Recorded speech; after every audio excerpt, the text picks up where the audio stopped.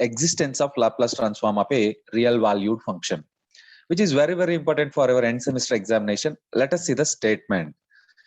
If f of t is a function of class A, if f of t is a function of class A, then Laplace transform of f of t exists. In other words, suppose f of t is piecewise continuous in every finite interval. Suppose f of t is piecewise continuous in every finite interval, and the same function f of t is of exponential order a as t tends to infinity, then Laplace transform f of t exists. Laplace transform of the function f of t exists. Let us prove this theorem. We assume that f of t is a function of class A. So capital F of t is a function of class A. By the definition of function of class A, it means it is both piecewise continuous as well as it is of exponential order A. Remember that definition. A function is said to be a function of class A if it is both piecewise continuous as well as it is of exponential order A as t tends to infinity.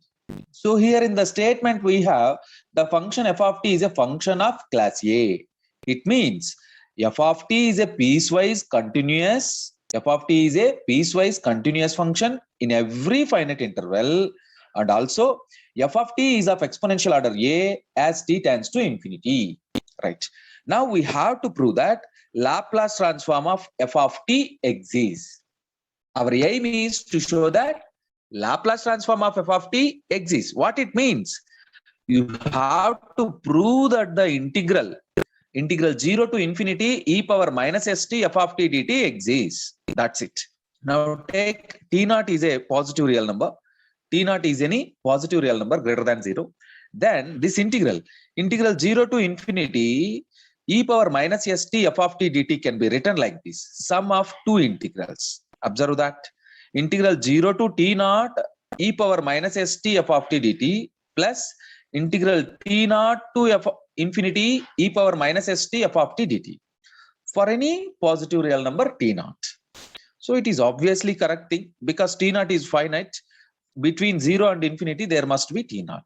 Remember that integrand is same. Integrand is same.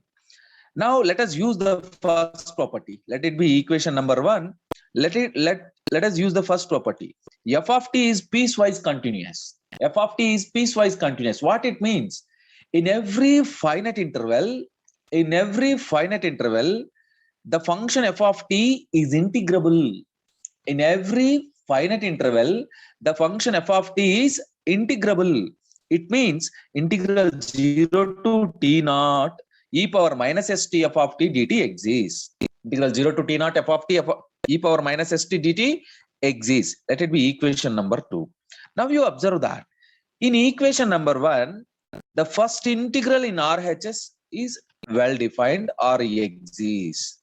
If you show that the second integral also if you show that the second integral is also exists or the second integral is also well defined, then this integral is well defined. It means Laplace transform of f of t is exists.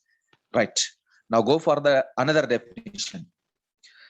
By given data, f of t is a function of class A. Every function of class A is of exponential order A as t tends to infinity. So since f of t is of exponential order A as t tends to infinity, let us apply the definition of exponential order. It means limit t tends to infinity e power minus at f of t is finite. By the definition of exponential order A, limit t tends to infinity e power minus at f of t is finite. Again, this limit means this limit is finite. What it means? There exists a positive integer small m and a positive real number capital M. There exists a positive integer small m and there exists a positive real number capital M such that modulus of e power minus at f of t is less than capital M, because this limit is finite. This limit is finite. The same inequality can be written like this. Mod f of t is less than e power at into capital M, for all t greater than or equals to small m. Now consider the integral which is in second integral of equation 1. Second integral of equation 1.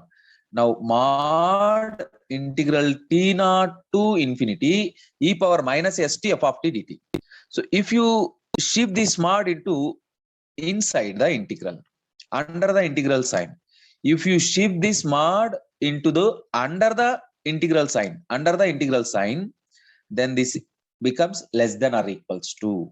So mod integral t naught to infinity e power minus st f of t dt is always less than or equals to integral t naught to infinity e power minus st f of t dt. This is nothing but again less than or equals to e power minus st mod f of t dt. In the previous step, we learned that mod f of t is less than capital M into e power at. So you get less than or equals to integral t naught to infinity e power minus st capital M e power at dt. We know that e power a into e power b. We know that this e power a into e power b, e power a plus b. By applying that formula, e power minus st e power at. So that can be written as e power minus s minus at dt. We know the formula again. Integral e power at dt. Integral e power at dt. 1 by a e power at. 1 by a e power at. By using this formula, instead of a we have minus of s minus a. So capital M into e power minus of s minus at divided by minus of s minus a, upper limit infinity, lower limit t naught. Now substitute the upper limit. E power minus infinity. Substitute the lower limit e power minus of s minus a into t naught. We know that e power minus infinity is equals to 0. We know that e power minus infinity is equals to 0. So you get this is 0 minus. So you get minus capital M by s minus a into this term. Minus into minus plus m by s minus a e power minus of s minus a into t naught. What it means? Modulus of integral t naught to infinity e power minus st f of t dt less than or equals to capital M by s minus a into e power minus of s minus a t naught. Let it be equation number 3. Now you observe that for large values of t naught, this value capital M by s minus a e power minus of s minus a into t naught is very, very small. This condition implies as from equation number 3, integral t naught to infinity e power minus st f of t dt exists. Equation number 4. Now you observe that by using this part from equation 2 and 3, already we prove that this integral exists, and finally we show that this integral is also exists. So these two integrals are well defined. It means integral 0 to infinity e power minus st f of t dt exists. What it means? Laplace transform of f of t exists. You observe that if f of t is a function of class A, then Laplace transform of f of t exists. That is the statement of existence of Laplace transform theorem, which is very, very important theorem for your 10 mark section. Wish you all the best. Keep learning.